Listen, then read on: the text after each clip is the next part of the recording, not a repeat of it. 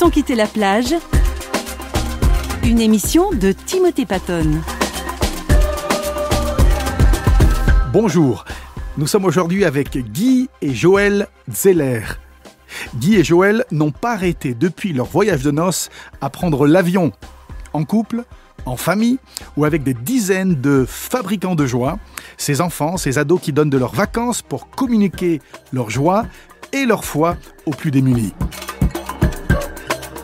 C'est un plaisir d'être avec vous cet après-midi et de découvrir une famille pas comme les autres. Qu'est-ce qui vous différencie, on pourrait dire, de toutes les autres familles dans votre beau petit village ici en Suisse romande?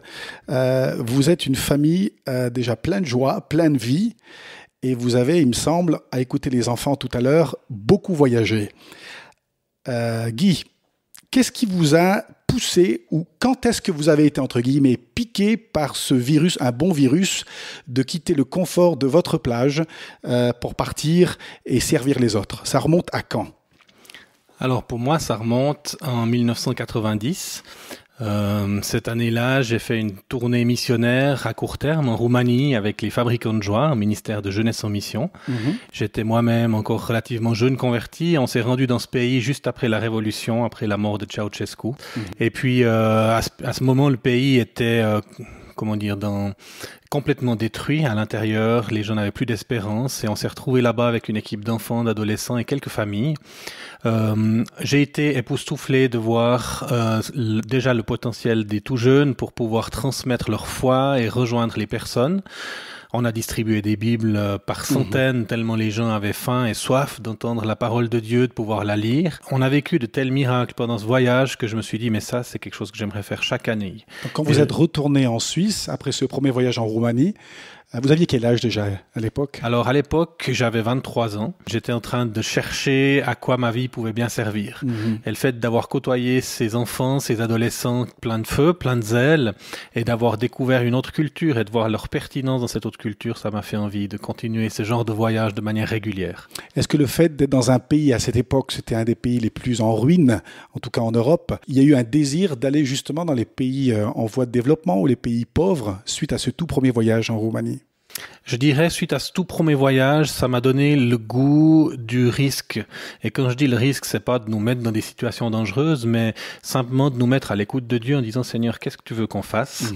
Et de ne pas mettre de barrières. En disant, quoi que ce soit que Dieu nous montre, quel que soit le prix, qu'on ait les finances ou non, quel que soit le lieu, qu'il y ait des situations difficiles ou pas, on dit, Seigneur, si c'est ça que tu veux qu'on fasse, si c'est là que tu veux qu'on aille, on est prêt à prendre le risque avec toi, sur ta parole. Quand est-ce que, Guy, vous avez rencontré cette demoiselle qui avait aussi l'envie, comme vous, de partir au loin, quelques années après? Je l'ai rencontrée 2 ans plus tard, tout à fait. Et très rapidement, avant même notre mariage, on a déjà fait quelques camps et tournées missionnaires en France et en Belgique.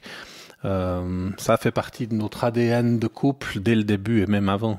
Alors, je vais poser la question à Joël, qui avait, elle aussi, la même ADN. Pour vous, Joël, ça remonte à quand, cette envie comme ça de partir à l'étranger? Alors pour moi, ça n'a pas commencé par partir à l'étranger, mais ça a commencé par servir tout simplement là où je me trouvais. Et très jeune, je devais avoir 12-13 ans, je me suis retrouvée monitrice de l'école du dimanche de la paroisse où on était.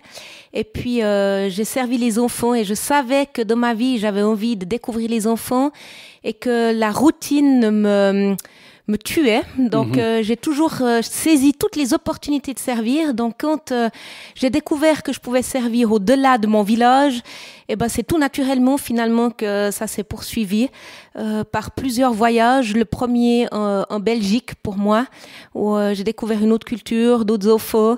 Et puis après, ça s'est étendu jusqu'à nous retrouver aux 4 coins de la Terre ces dernières années. Puis j'entendais que vous avez pris l'avion la toute première fois, Guy, c'était lors de votre voyage de noces, c'est ça? Tout à fait, et en plus on a loupé l'avion. Parce qu'on est arrivé à l'aéroport, on était à l'heure, mais il y a eu ce qui s'appelait à l'époque un overbooking, donc ils avaient vendu plus de places que de sièges à disposition. Et 2 personnes avant nous, dans la file, les gens sont venus en disant « Désolé, l'avion est plein, il n'y a plus de place. » Et là, Joël a éclaté un sanglot et ils sont venus vers nous tout paniqués en disant « On espère que c'est pas votre voyage de noces. » Oui, c'est notre voyage de noces. Et là, ils sont mis sur leur 31 pour faire la suite du voyage le plus agréable possible pour nous.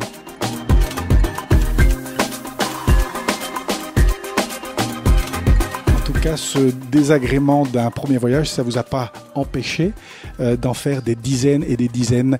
Vous êtes parti dans combien de régions du monde? Vous avez une idée? Vous comptez parfois, non?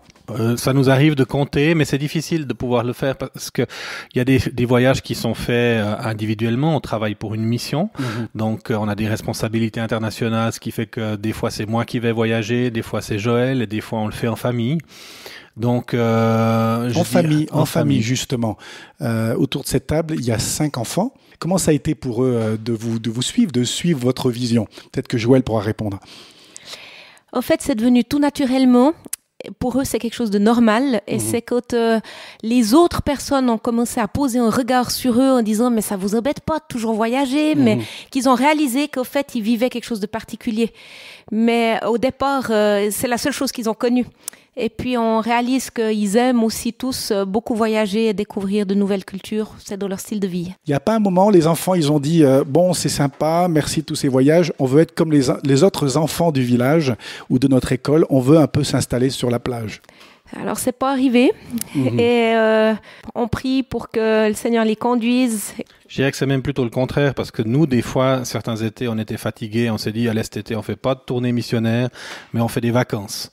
Et c'est nos enfants qui sont venus contre nous en disant, alors non, si on doit sacrifier quelque chose, on sacrifie les vacances. Parce que le voyage missionnaire, ça, on veut surtout pas louper. Parce que pour eux, il y a des copains, il y a des copines, il y a des autres adultes, puis c'est l'aventure et on vit des choses avec Dieu qui nous permettent de le connaître davantage. Donc c'est vrai que on a plutôt eu la pression inverse de la part de nos enfants plutôt que la pression de ne pas faire de voyage. Alors là, on parle de vos enfants, donc vous en avez 5, mais votre vision ou votre responsabilité, elle va bien au-delà de vos 5 enfants. Ce sont des dizaines, des centaines d'enfants de Suisse et d'ailleurs qui vous suivent dans ces voyages à l'étranger. Comment est venue, en quelques mots, on a 1 minute là, cette vision d'encourager des jeunes et des enfants à quitter leur plage, leur confort, pour aller dans les eaux profondes et servir leurs prochains? Le ministère pour lequel nous travaillons s'appelle les Fabricants de Joie et fait partie d'un ministère plus large qui s'appelle Jeunesse en Mission. Les Fabricants de Joie, et dans les pays non francophones, ça s'appelle King's Kids International. Ça a démarré en 1976 au travers d'un homme qui s'appelait Dale Kaufman et son épouse.